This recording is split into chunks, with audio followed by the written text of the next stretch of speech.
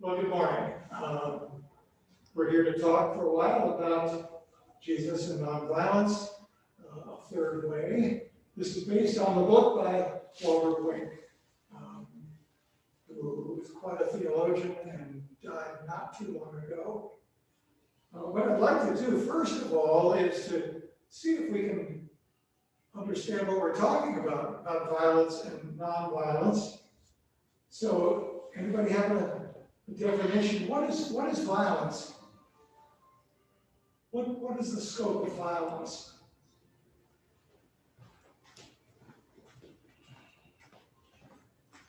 Movement or speech that could cause damage. Violence is silence.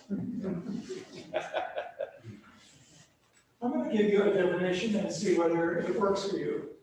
Violence, as far as I'm concerned, is doing harm to another, whether it be physical or verbal or psychological. I think that the concept, the medical concept of do no harm, really, if we were to go on from what is violence to what is non-violence, would suffice.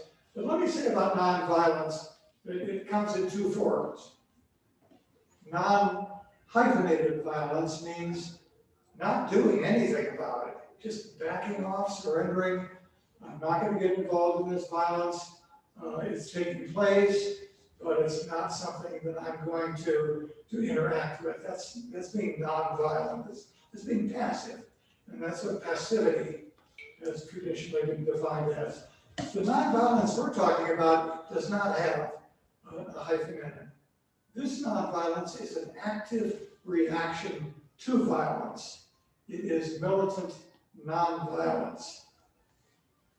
It's hard to deal with some of these issues if you haven't thought about them, so I would ask you additionally, what is peace? We pass the peace on Sunday morning. What are we doing? What is that? Jesus is the Prince of Peace. What is that? Is that nonviolence? Not necessarily, because peace, once again, can be seen as active and passive. Passive peace is don't disturb things. You're disturbing the peace. This is what Martin Luther King was told many times. You're disturbing the status quo, was really what he meant. Disturbing the peace in terms of shaking things up is not really peace. So what's the opposite of peace? Kind of hard. I mean, there are a lot of different points of view that can be taken into play here.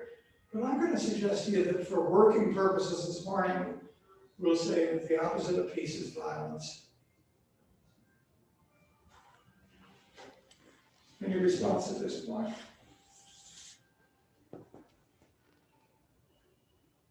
And those of you online, you're welcome to participate as well.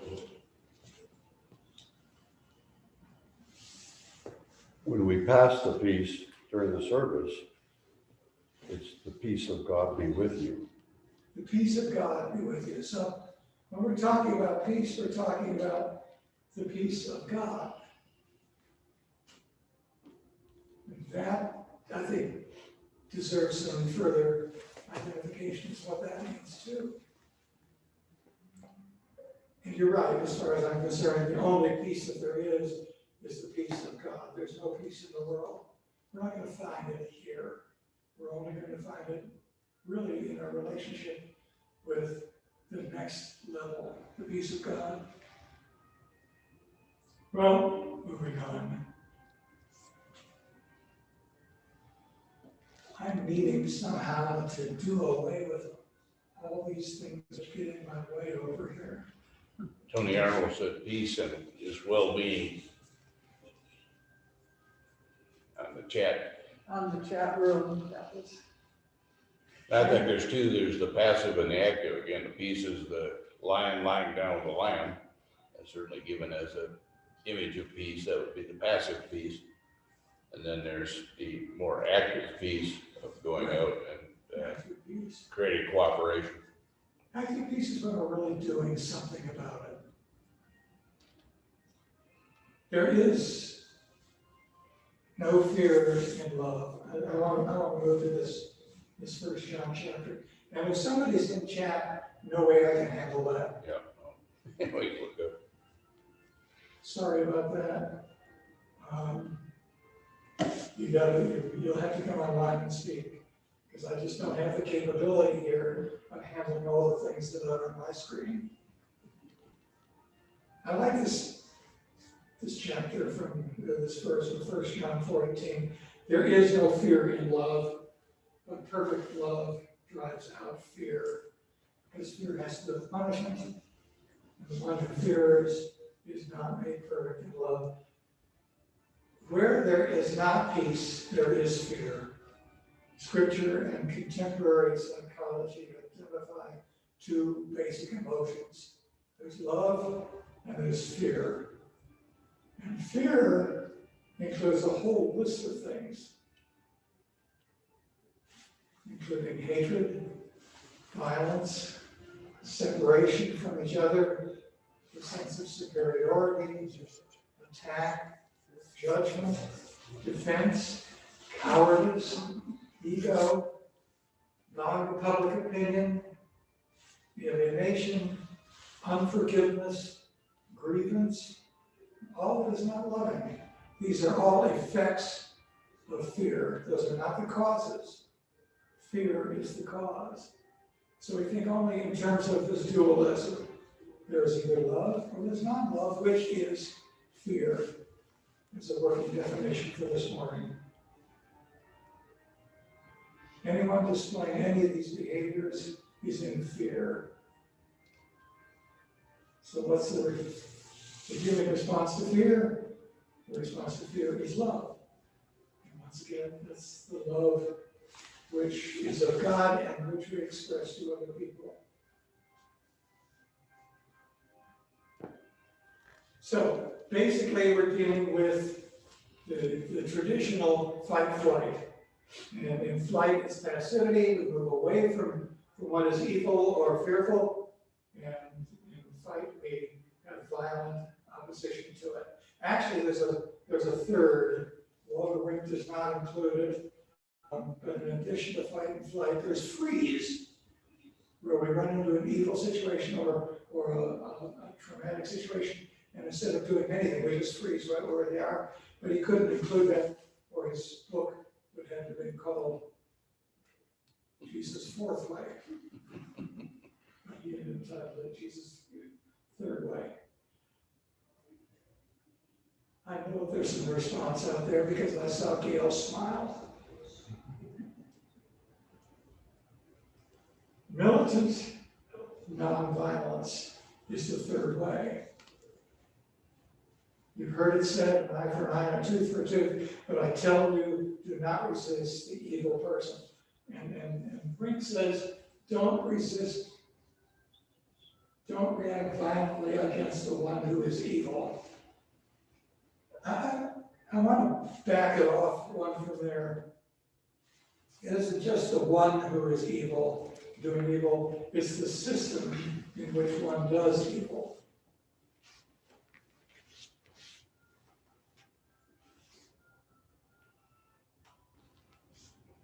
Let's read where the scripture is and see where that's supposed to take us.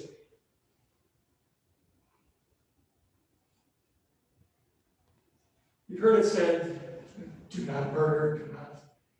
And anyone who murders is subject to the judgment. But I tell you, anyone who's angry at his brother will be subject to judgment.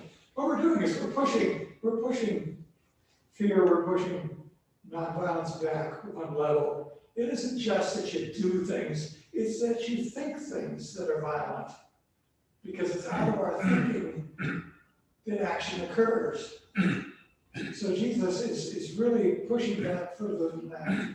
And it also applies this to looking just lustfully to look at the person, or how we treat our parents, or the Ten Commandments and the Beatitudes in general. It's how we think.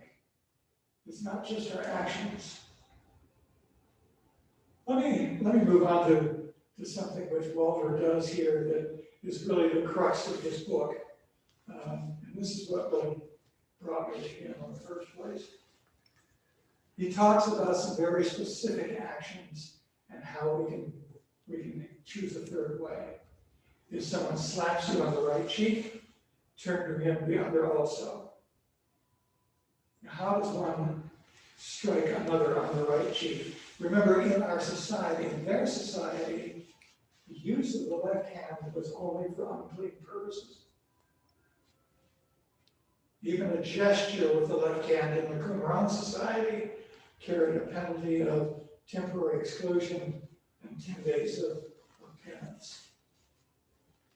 So when we're talking about striking a person on the right cheek, and by the way, we may not have noticed in the past that it specified the right cheek. We kind of go over some of these things like we hear people say, the money is the root of all evil. Well, it isn't. It's the root of money. It's the love of money that is the root of all evil. And in this regard, it isn't just striking a person on the cheek, it's striking them on the right cheek. And that's very important because the only way is you can strike a person on the right cheek is with the back of the right hand. You might turn to the person next to you and figure out what is their right cheek and see how it is that you would be able to strike them. You can't do it with your right hand. It has to be the back of the hand, which is a gesture of insult to inferiors. Masters against slaves, husbands against wives in that culture, parents against children, men against women in general, Romans against the Jews, retaliation of the underling. Whoever was being slapped with the back of the hand, if they were to retaliate, that would have been somewhat suicidal. So why turn the other cheek? Because it robs the aggressor of the power to humiliate. So, saying try again. Your first blow failed to achieve its intended effect. I deny you the power to humiliate me. I am a human being just like you. Your status does not allow you to demean me. Now, if he hits a person on the right cheek with his fist, I mean, you can do that. I mean, you can hit with your fist and hit the right cheek. But then you're acknowledging the other person as an equal, as in a fist fight. So the whole point of the backhand is to reinforce a caste system and institutionalized inequality. The oppressor has been forced to regard the subordinate as an equal human being, thus stripping his power of the ability to dehumanize the other. So that's how he deals with the right cheek. His next example has to do with someone who wants to sue you and take your tunic. Let him have your cloak as well. Exorbitant property taxes were charged by the Roman Empire until many property owners were forced to sell their land. And the poor were sued and unable to pay for defense, which put them into debt. Only the poorest of the poor would have nothing but his outer garment to give to his collateral, as collateral in a loan. So why did Jesus counsel them to give up their outer garment as well? This means stripping off all their clothing and marching out of the courtroom stark naked. There stands the creditor, beet red, embarrassed, your outer garment in one hand and your underwear in his other hand. You have suddenly turned the tables on him. You have no hope of winning the trial. The law was entirely in his favor. And now he is embarrassed to hold all of your clothing. Well, to add to this, that nakedness was a taboo in Judaism. The shame fell not on a naked party, but on the person viewing or causing one's nakedness. The reference to that is in Genesis 9. Not only the creditor, but the entire courtroom was violating the taboo. The poor man has accepted the law, and he's following it as it stands, and he pushes it to its point of absurdity, leaving the creditor and the entire economic system, which he represents, stark naked. The third of his three very specific suggestions, and by the way, this comes out of the Sermon on the Mount, which I once again send you back to, is really probably our purest teaching of what Jesus himself had to say. Gets away from a lot of the interpretation of the later writers. It goes right back to supposedly what Jesus said on that Sermon on the Mount. He says if someone forces you to go 1 mile, go within 2 miles. You know, there was actually a rather enlightened Roman law that limited the amount of forced labor a soldier could demand of a subject. Mile markers were regularly placed along the highway. The soldier could demand that a civilian carry his sack for 1 mile. To force the civilian to do another, to carry a further mile, carried with it severe penalties under Roman military law. In this way, Rome attempted to limit the anger of the occupied people and still keep the armies on the move. But why walk a second mile? Was this not aiding and abetting the enemy? Not at all. Actually, it was the opposite. Imagine a soldier's surprise when at the end of a mile he reaches for his 60 to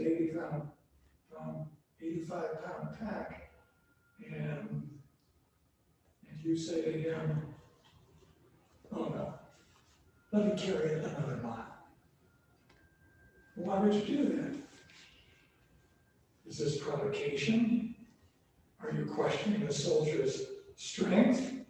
Are you being kind? Trying to get him disciplined so he can fill out a report and a complaint later on? No, you're merely throwing him off balance.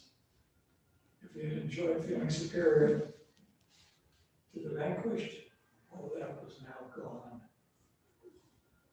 Imagine the humorous situation which Jesus creates here of a Roman infantryman pleading with the Jew, oh, come on, please give me my pack back.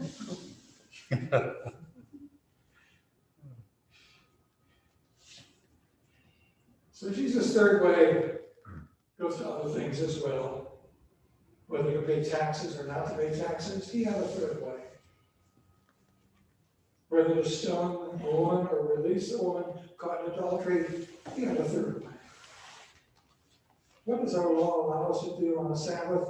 To help or to harm, to save a man's life or destroy it? Jesus had a third way. So we look at the standard options.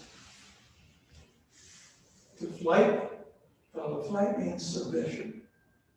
Putting up with what it is. Passivity. Don't rock the boat. Don't push back in any way. In fact, walk out of the situation if you can. Withdrawal. Just back out. Have nothing to do with it. You might see some evil taking place, but that's not your concern. You may see somebody beating up somebody on the streets of New York where you could step in and stop it, but no, let's withdraw. Let's be in flight mode. Let's surrender to what's going on. Now, fight, on the other hand, is the opposite. Fight involves the extreme armed revolt, violent rebellion, direct retaliation, and revenge. Now, I'm going to apologize for this next slide because it has so many items to it.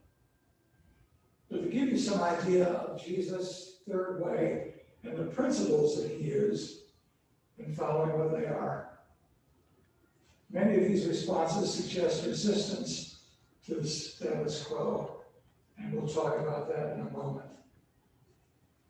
So Jesus says in his principles, seize the moral initiative. That's one of the principles. Do what's right. Do what is morally superior. Find a creative alternative to violence. Assert your own humanity and dignity as a person. Meet force with ridicule or humor. This one you gotta watch out for. Sometimes humor has a way of not hitting the mark. I've learned that when it comes to emails, don't try humor. My humor doesn't work with other people. People just don't get it. And sometimes humor can be used against you. So where it can be used, like in the issue of the soldier and the idea of pleading for his pack back, humor might work there, but it's one of those things you've got to watch carefully. Break the cycle of humiliation. All of these are a way of saying, I'm not going to take your humiliation. Refuse to submit or accept the inferior position. I am not inferior to you. We are equals, whether or not you see that. Expose the injustice of the system. For some reason, even my computer is foggy this morning. Take control of the power dynamic. Who's in control here? Don't just turn it over to somebody else. Shame the oppressor into repentance. As in taking off the clothes. Stand your ground. These are third way principles. Force the powers to make decisions for which they were not prepared. Recognize your own power. Be willing to suffer rather than to retaliate. Many of these, if you followed at all the principles that are laid out by King and Nonviolence, are very similar to that. Be willing to suffer for the sake of the cause. Cause the oppressor to see you in a new light. Yeah, I'm not who you think I am. I'm this other person, a valuable brother.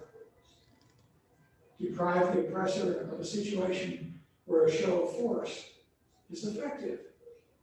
Sure, pull out your gun. I don't have one. Put it away.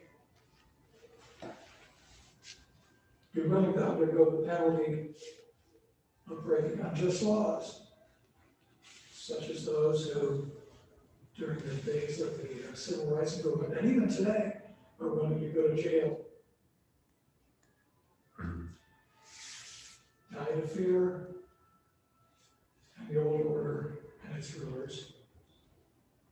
Now, all of these are interesting approaches, but many of these responses suggest resistance to the status quo. All of them are resistant to the status quo. Not only that, but the resistance to the prevailing social or political system. They oppose the government. So let's look at what this causes for us. If we can. Paul, as he does in so many ways, kind of throws a monkey wrench into wherever we think we're going. You know, we think that we've got equality in men and women. We think that we've got women who are able to assume the ministry.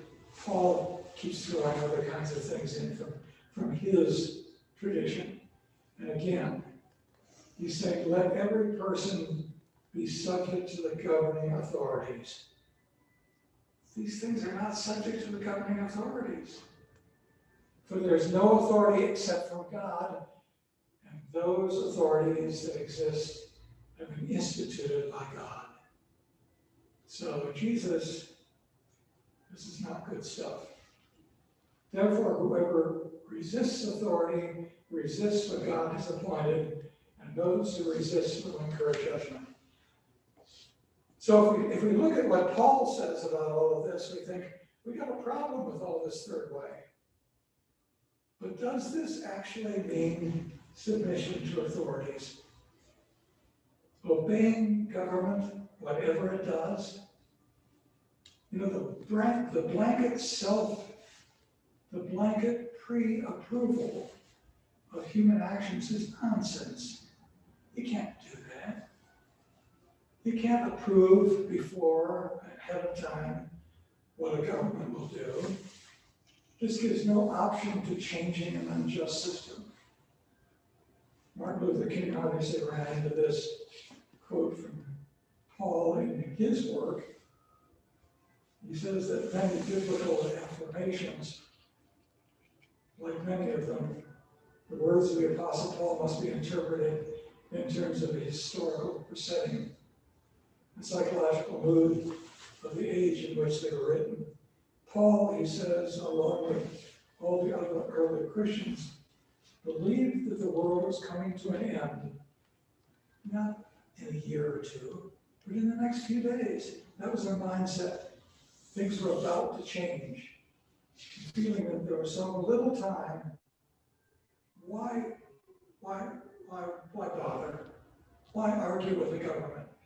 Paul urged men to concentrate on preparing themselves for the new age rather than changing external conditions. This is how Wink says Martin Luther King approached it. We need to be patient, he said. The time is coming when Jesus will overthrow earthly authority. Still the belief that Jesus is an avenger of politics, bringing the new government into effect. Meanwhile, don't antagonize these temporary authorities. So this is the response to this passage out of Romans, but let's push this even further. Because if we're talking about nonviolence, we're talking about not doing violence. Most Christians desire nonviolence, but most also means simply the absence of conflict. They would like a system to change without having to be involved in changing it. Some even will go as far as arguing that to change the system is to avoid the separation of church and state, which is the wrong interpretation. Rather than change, the church offers many times to mediate. The church is involved with reconciliation. The church says to the lion and the lamb, here, let me negotiate a truce, to which the lion replies, fine, after a patient lunch. So says Wink.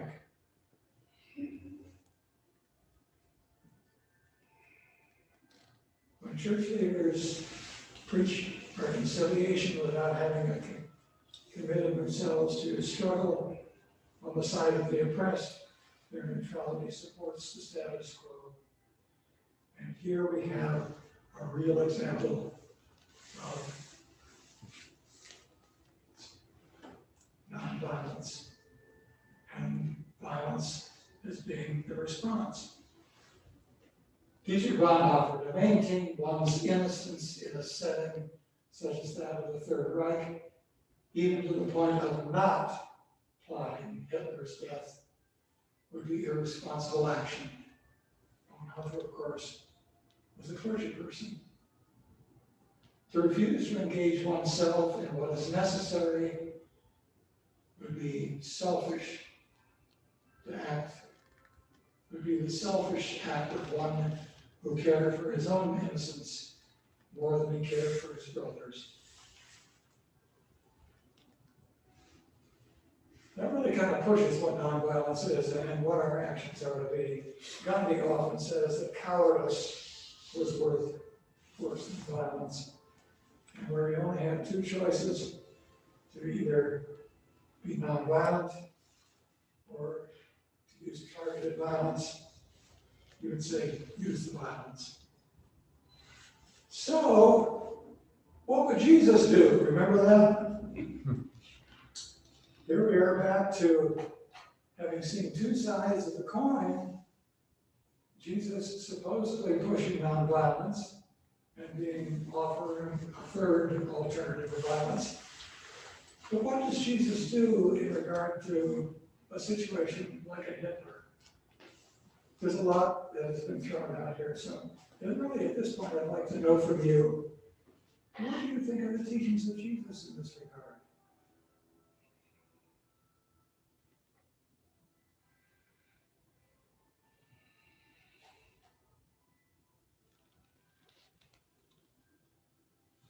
I like the t-shirt that says, "What would Jesus have me do?" Same question for me. What would Jesus do, and therefore what would he have me do? You know, there's a lot that's going on in this world right now. To be opposed. Can we do that now, or are we not to oppose the status quo? You know, the church does not generally oppose the status quo, it supports it. So what we're talking about here is real militant nonviolence, a different way of approaching the world, a different way of being the church. Yeah, here. You had a list, a slide there that had a list of 15 or 20 suggestions for how to promote a nonviolence response.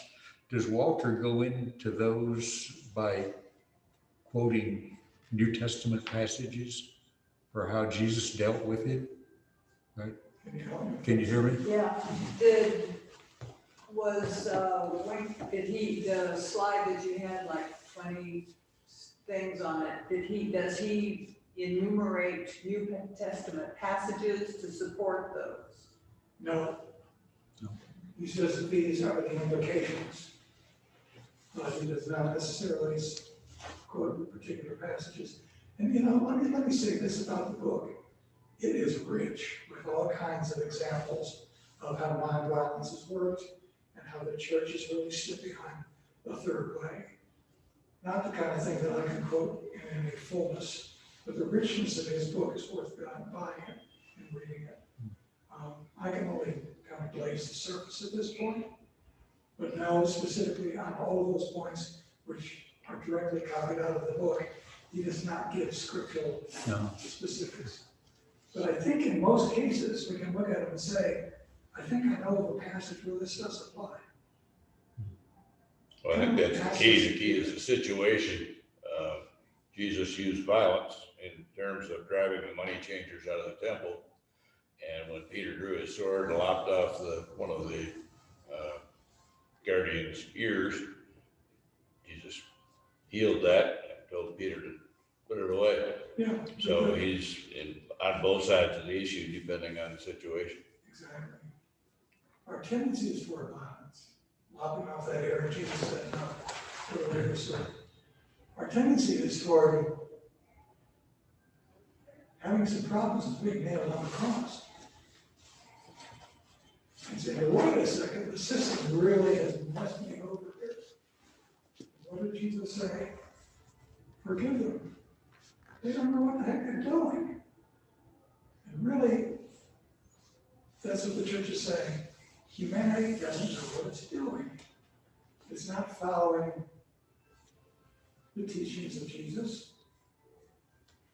And the church is not emphasizing clearly enough or boldly enough its understanding of God and what we're called to do and who we are.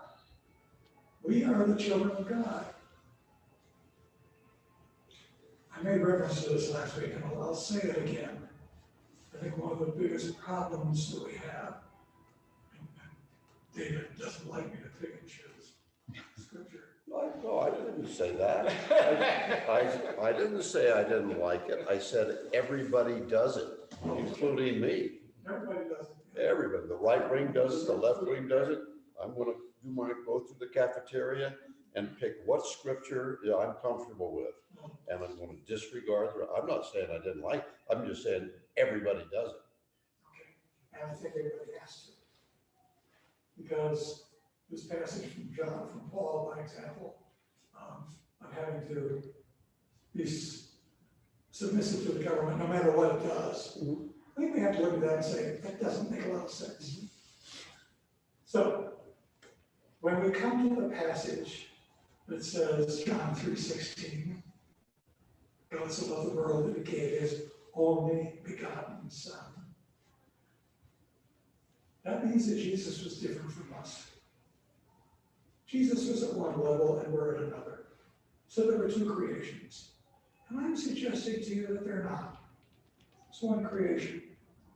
The one Son is us. What Jesus did was to know that, to realize it, and to become one with God in terms of his awareness. He said that we all have that potential. He said,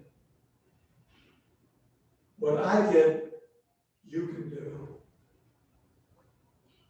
So, as we look at Jesus, I can't think of him as being somebody out there who supernaturally did all these miracles that I can't do, and that proves that he's different from me. I have personally no way of accepting that. For me, we are the Son of God.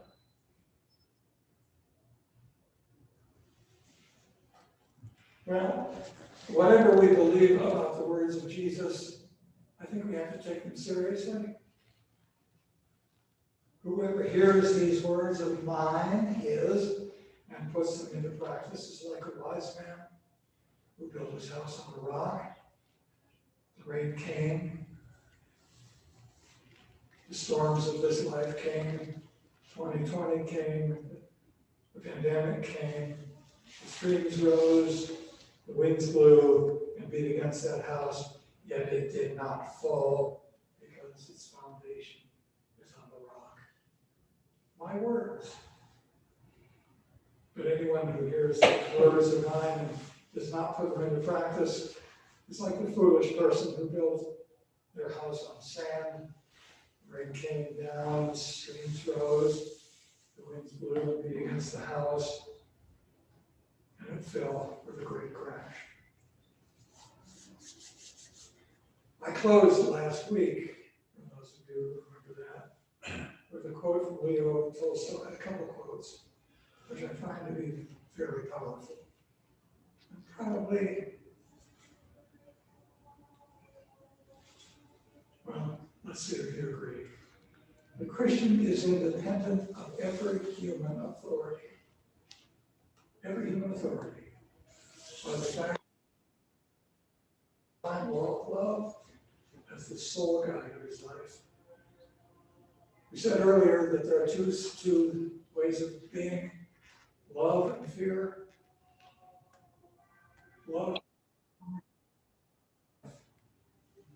And he goes on to talk about what a Christian does or does not do. The Christian will not dispute with anyone, nor attack anyone, nor use violence against anyone. On the contrary, he will bear violence without opposing it. But due to violence, he will not only himself be free, but will free the whole world from all external power. So, the theme for the last 2 weeks, nonviolent action on behalf of human suffering and peace, is the core requirement for Christian discipleship.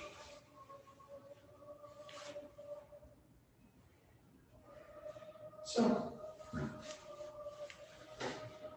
having left that behind, if we have time left, which I'm never sure if we do or not.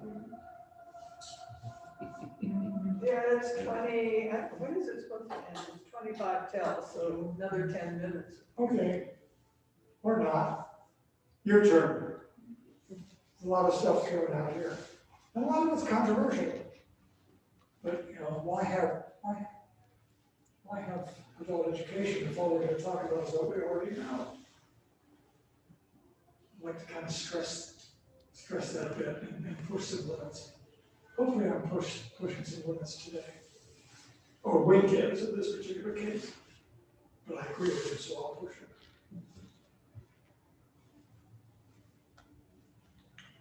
Yeah. I have a question. Put your mask So- down. Yeah, pull your mask down. When you took your mask off, it was easier. That mask does muffle you. Yeah, I'm sure. So this is wonderful. I really appreciate the information so much. And I realized as I was looking at the list, I do try to do those things. But I guess my question is about the practicality of it. What does that actually look like in today's world? How do you actually do those things in, today's workplace as opposed to, a couple thousand years ago? Well, I think that perhaps, Ryan, what I understand is how do you work this, how do you practice these things? Yeah, exactly, today. Well, I think the whole civil rights movement and all the nonviolent action of Martin Luther King, the people who followed that particular philosophy, demonstrated that we can do it and that we suffer for it. We get thrown into jail, we get spat upon, we get beat with clubs, we get sprayed upon with fire hoses, and yet we keep coming back. There's a beautiful video of the Children's March, which talks about kids leaving school and going out and protesting for civil rights. And they would go into the church and they would get their marching orders, and they would go back out and they would get pushed, they would get beat, they would be sent back into the church, get in there. But they'd go in the church front door and then come out the back door and once again appear on the square. And then the fire hoses came out and they drenched these kids. This is day after day. And the kids came out the next day in bathing suits. You're not going to humiliate us. We're still going to be here. Until finally there was some agreement that at least the issue for which they were protesting was resolved. We suffer for it. We suffer for a cause. Courageous people are those who bring about change. And courage means sometimes bodily harm, sometimes castigation, sometimes Leo Tolstoy. I'll tell you, I've never read Tolstoy before, and I thought this is very heady for me to be reading. This must be Clarence Tolstoy or his brother or somebody else. It's Leo. It's good man. Great writer. He was, saying the kind of things that I just was quoting. He was saying about what the church is. He was a Greek Orthodox, and he was in the church. So, he was straightforward. He did the things that he believed to do, and he was thrown out because of the church turned its back on him. So what do we do? How do we live this out? We see somebody, and I used this example earlier, we see kids in schoolyards being in a fight, and we see the kids standing around watching the fight. And we see teachers walking up and watching the fight. We don't do that, folks. We get in, we break it up. We get in, we pull people off of those that are hurting others. That's how, in some examples, we live what we say we believe. Is that a risk? Oh, yeah. It's risky. Courageous people are called upon to be Christians. Christians are called upon to be courageous people. Have I always been? No. Am I now? No. Am I seeing more clearly where I'm not being courageous? Yeah. the more I delve into this stuff, the more I see where I've been a coward. Where I've backed off, where I've allowed things to happen, where I've allowed people to say things which are cruel and violent without saying, wait a second. We're not in agreement about this.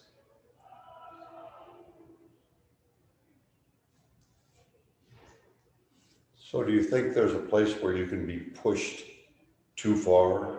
Pushing too far? Yeah, and I'm talking now, I'm actually talking about physically being pushed. You're in a grade school, junior high, high school, whatever, and you're being shoved. And you get shoved again. And you get shoved again. And finally, that's what happens, exactly. You pushed me too far, now I'm going to retaliate. And the inference that you seem to be making is just keep getting shoved and forgive it and forgive it. And I guess I keep looking at it as a side of the victim. As you started this entire program, I kept thinking about what I'm reading about in the news, what's going to ultimately happen in Afghanistan. And one community at a time is being taken over by the Taliban, and the victims are going to be the weak, primarily the women. They're going to be the victims. If I was over there, or if I could do something about it, do I do the flight thing? Do I back off? Or do I fight? Or do I try to negotiate?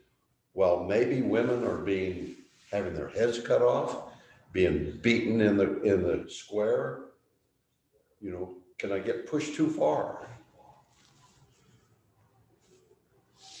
You use a couple of examples here. Let me start with the second one first. It's not you who's being pushed, it's them. What are they supposed to do? I'm disturbed when I see the Taliban moving in and how the locals are greeting them with appreciation. You know, all we know about the Taliban is what we're told in our media. The Taliban apparently, in the minds of some of the people there, are the force that they will follow, the people that they believe, whether we agree with them or not. And what are we to do? For 20 years, we tried to change that. We tried to keep that from happening, and we were unsuccessful. Fight, flight, nothing worked. So now we give that to them. We allow them to handle their issues. I know that isn't a good answer, but we cannot do that for them. And maybe we don't understand totally what's going on within that culture. I can guarantee you, I don't understand what's going on within our culture, let alone theirs. Now you're pushing here on Bruce. Push, push, push. And his response is, what's the third alternative? I mean, that's fight and that's flight. I mean, if you move away, what would be a creative alternative to him being pushed or fighting back or cowering? I see this. Tell me what you think, Harry. No, we just start, some people do this to indicate peace. Namaste. Well, you should tell him he doesn't like it. Yeah. I can give you one example. At a lunch counter, where there was a sit-in, a white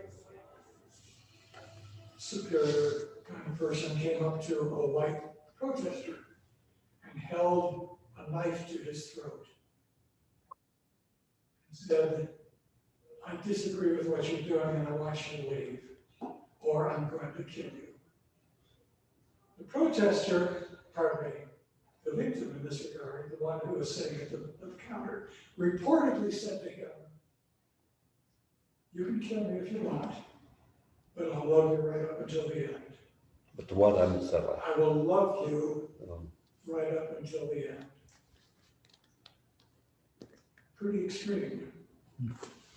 Apocrypha, was that true or not? I mean, it's an example.